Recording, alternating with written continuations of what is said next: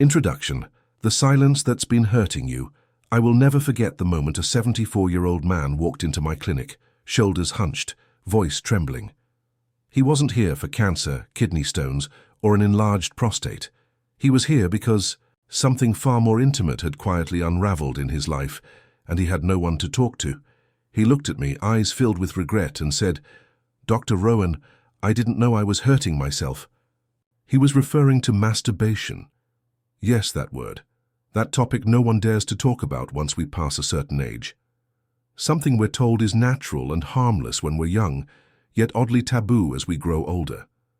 This man's story is not unique. I've spent over 3 decades in urology, and I've had countless conversations like this, always whispered, often soaked in shame. Men in their 60s, 70s, even 80s, wondering why their bodies no longer respond the way they used to, why their desire feels different, why something that once brought comfort now feels confusing. The truth, masturbation changes with age, and if you don't change with it, it can impact your physical health, emotional well-being, and intimate relationships in ways no one warned you about. But here's the good news, it's not too late. These 5 truths are not meant to shame you. They're meant to free you, to inform you, to reconnect you with a part of yourself that may have been buried under decades of silence. Let's begin. Your erection is not the whole story. And that's okay. Let me speak to you man to man. If you're still measuring your worth by how firm your erection is, it's time for an update. That measuring stick belongs to a younger version of you, one shaped by Hollywood myths, locker room banter, and outdated medical assumptions. But you're in a new season of life, and the metrics need to evolve. Robert, one of my long-time patients, was 72 when he sat in my office and said words that still echo in my mind. "Doc, I can't do what I used to. I feel like I've lost who I am." His voice trembled with frustration, and underneath his words I heard a deeper fear that without the same level of physical performance, his masculinity had expired. That's a dangerous belief, and unfortunately, it's not rare. Many men carry this silent burden, the belief that erections are the sole proof of manhood. But let me set the record straight. Your body isn't betraying you, it's evolving. Just like your joints, your eyes, and your metabolism, your sexual system matures with time. And there is dignity in that. Physiologically, here's what happens. As we age, the arteries that feed blood to the penis may narrow due to reduced nitric oxide production and elasticity loss in vessel walls. Testosterone, the hormone responsible for sexual drive and energy, declines gradually, typically about 1% per year after age 30. Nerve transmission also slows, meaning arousal takes longer and feels different. These are not malfunctions. These are normal biological shifts. But here's what's extraordinary. Studies from the National Institutes of Health confirm that orgasm is still entirely possible, even without a full erection. Sensation doesn't have to fade. In fact, it can become more nuanced, more emotional, more connected. When men begin to shift their expectations, from performance to presence, from pressure to patience, they open doors they never knew existed. Instead of racing toward climax, they begin to savor the journey. Instead of fearing failure, they cultivate connection. In my practice, I've seen men rediscover intimacy, not in spite of aging, but because of it. They begin to understand their partners more. They slow down, they explore, they listen, and in doing so, they often report more fulfilling experiences than they ever had in their youth. You're not less of a man if you need more time. You're not broken because you need gentler stimulation. These are invitations, not indictments. So to every man reading this who's quietly worried he's past his prime, I want you to hear me loud and clear. You haven't lost your manhood. You're being offered a new expression of it. And isn't that in many ways the true essence of aging with wisdom and grace? 2. Masturbation isn't just physical. It's deeply emotional and neurological. Howard, a retired Marine in his late 70s, walked into my office with an issue that puzzled even him. He wasn't struggling with pain, urinary dysfunction, or prostate enlargement. Instead, he described something more intangible, a profound emptiness. "Doc," he said, "I still do it, but I don't feel anything anymore. I go through the motions, but it's like I'm not even there. As I asked more questions, a deeper story began to unfold. Howard had been masturbating almost every night, not because of desire or fantasy, but simply because it helped him fall asleep. Over time, what started as a comfort became a ritual, and what began as a ritual became a reflex. He didn't even know when the emotional aspect had vanished. And here's the truth. Howard's story is not rare.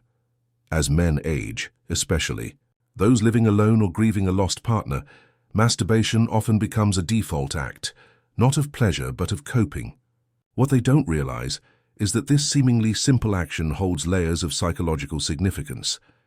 It's not just about the physical act, it's about what happens in the brain.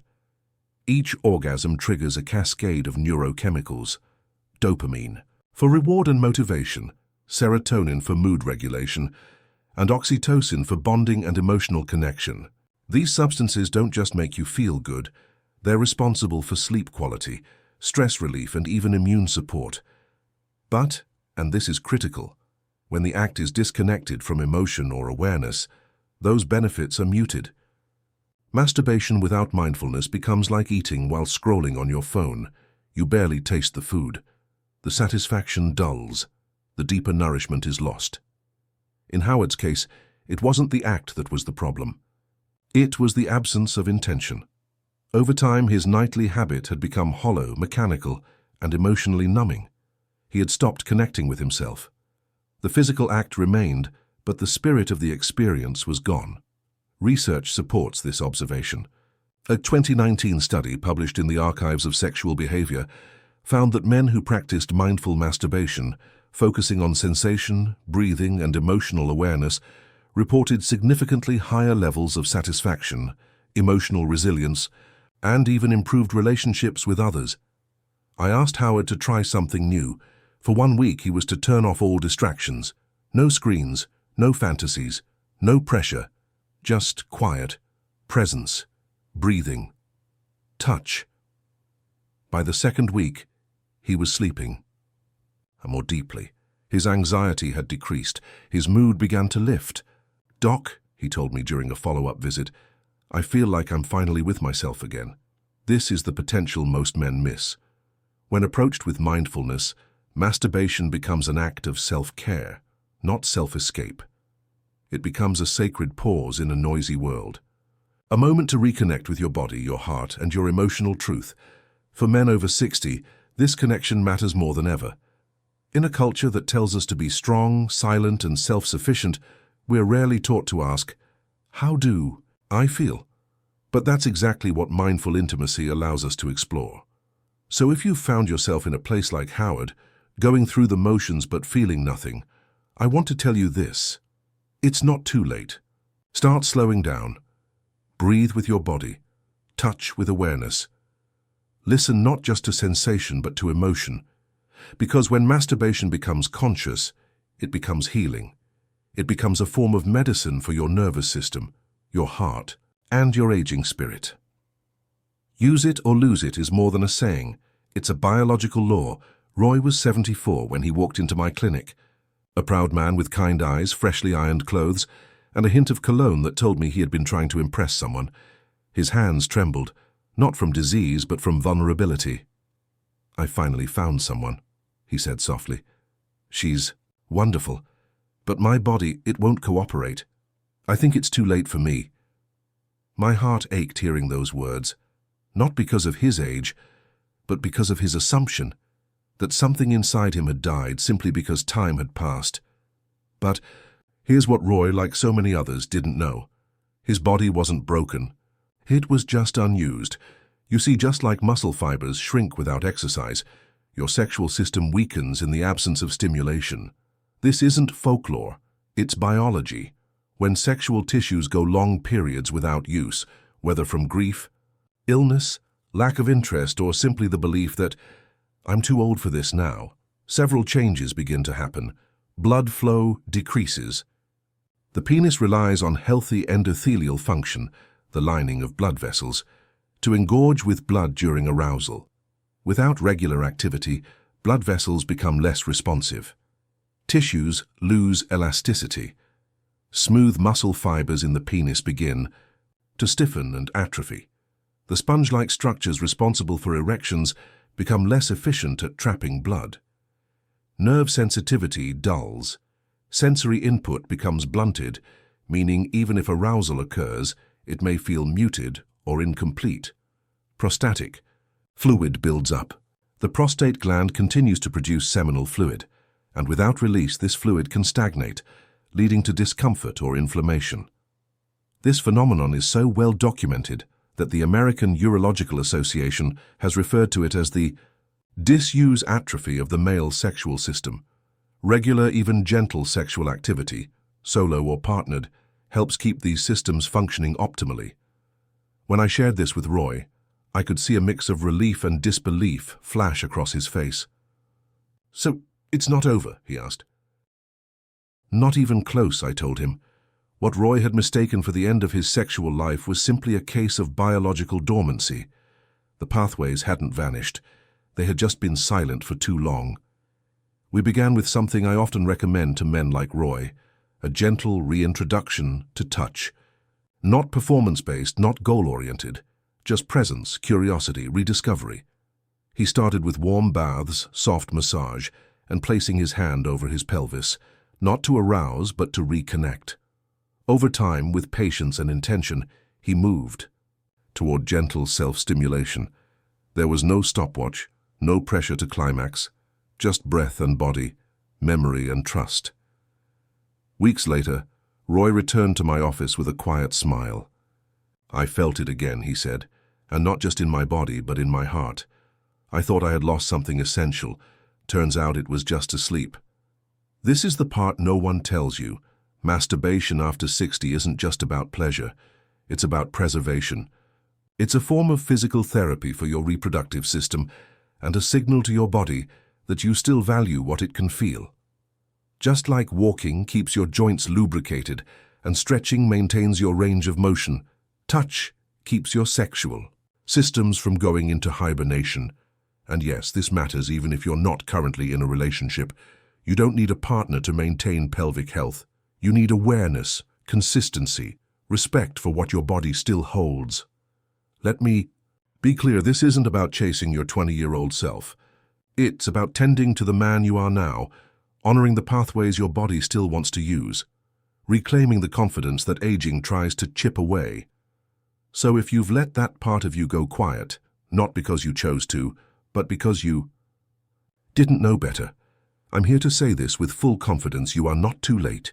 You are not too old. You are not beyond repair. You are simply waiting for reconnection. Let your body remember what it knows. Let it speak to you again, gently, patiently, without shame, because the truth is, use it or lose it isn't just a saying. For men over 60, it's a biological truth and a powerful opportunity to stay alive, not just physically, but emotionally and energetically.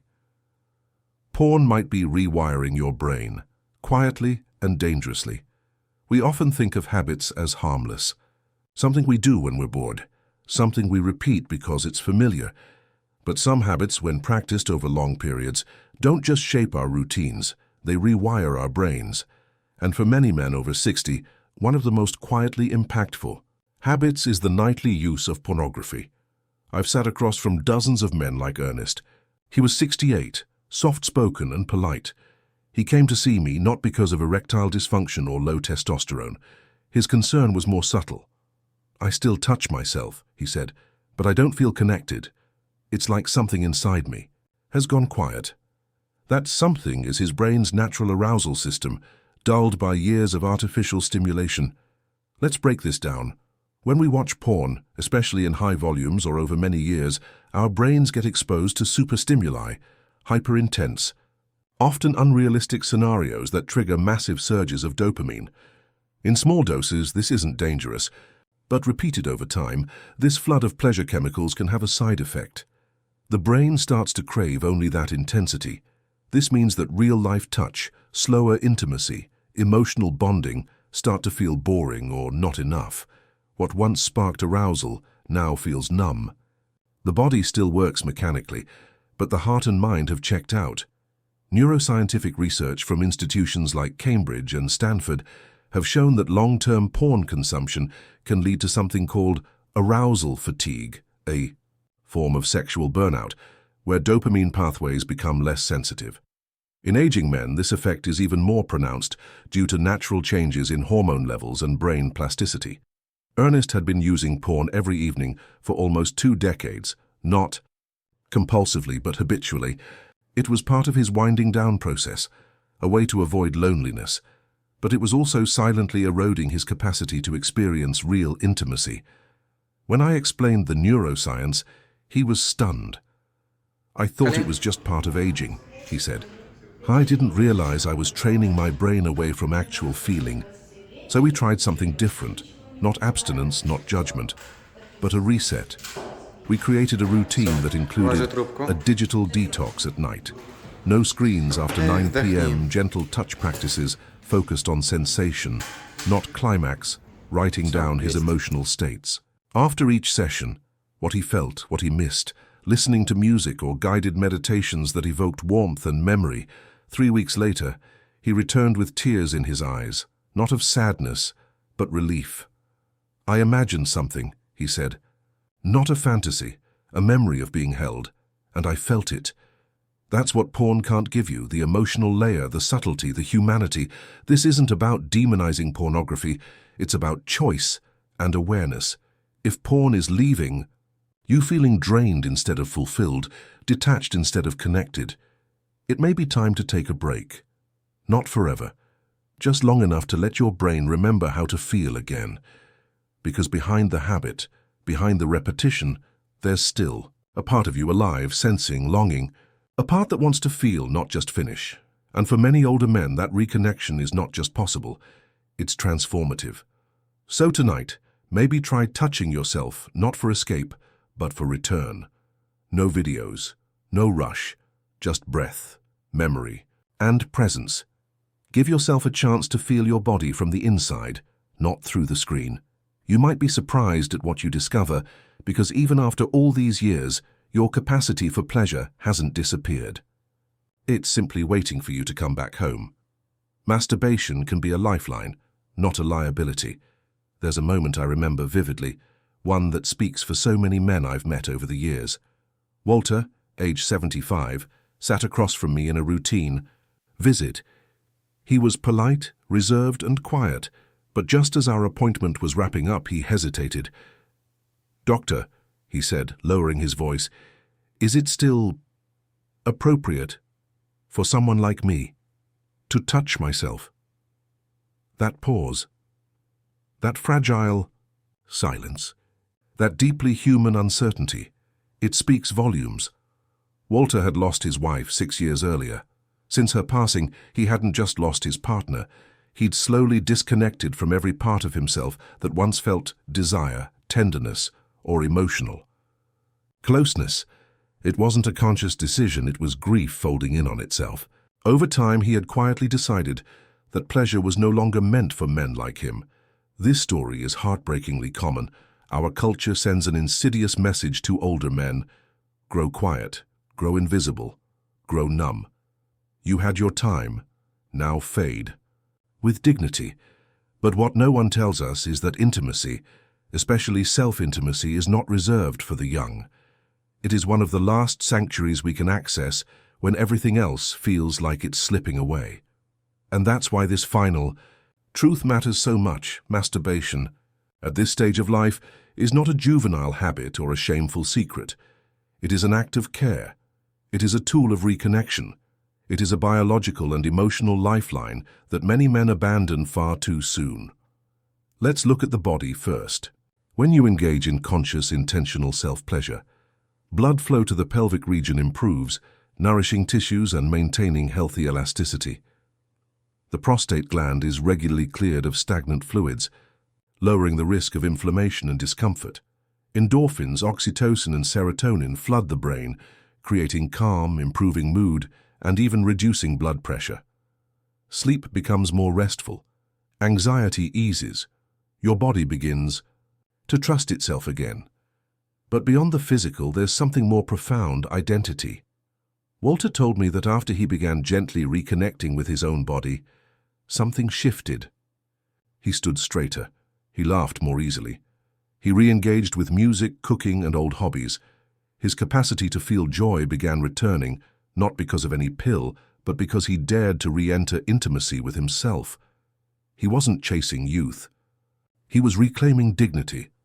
We often think of self-touch as the domain of the lonely, but in truth it's a declaration. I am still here. You are still a man. You are still worthy of pleasure. You are still capable of connection, even if that connection begins quietly, in your own hands, on your own terms.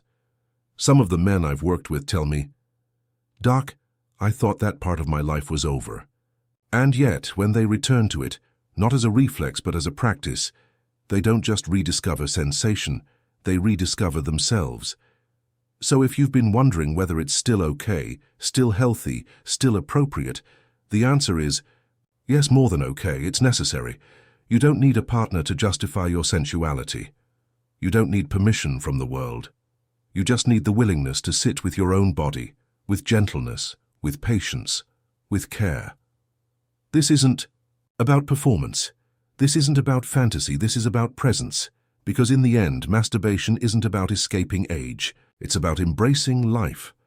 So I say to you, wherever you are in your journey, widowed, partnered, divorced, or alone, this final truth is yours. Self-pleasure is not something to outgrow. It is something to grow into, and it may just be the doorway back to feeling truly alive again. Conclusion. Your story isn't over. It's just entering a new chapter. If you've come with me this far, then you've done something many men never do. You've chosen to face the silence head-on, to ask questions others are too embarrassed, to voice, to look your own changing body in the eye and say, I still want to feel, I still want to understand. That alone is an act of courage. What we've uncovered together are not just 5 medical facts. They're truths shaped by experience, science, and the stories of hundreds of men like you, men who thought they were broken, who thought they had nothing left to give, who believed intimacy had passed them by.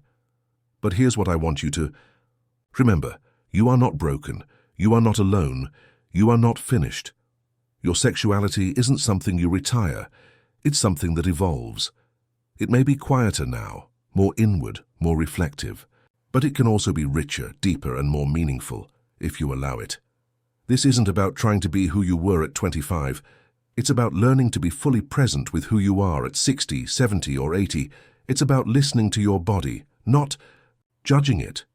It's about healing your relationship with yourself, one gentle moment at a time.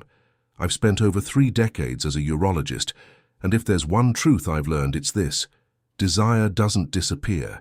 It just changes its shape. And when you stop chasing what was and start exploring what is, you don't lose your manhood, you reclaim it. So here's my invitation to you. Tonight, when the house is quiet and no one's around, don't reach for shame. Reach for curiosity. Touch yourself not with judgment, but with care. Ask your body how it feels. Listen, breathe, and honor what rises. You may just find that beneath the years, beneath the habits, beneath the grief and hesitation, there's still a part of you that longs to be seen, to be touched, and to be alive.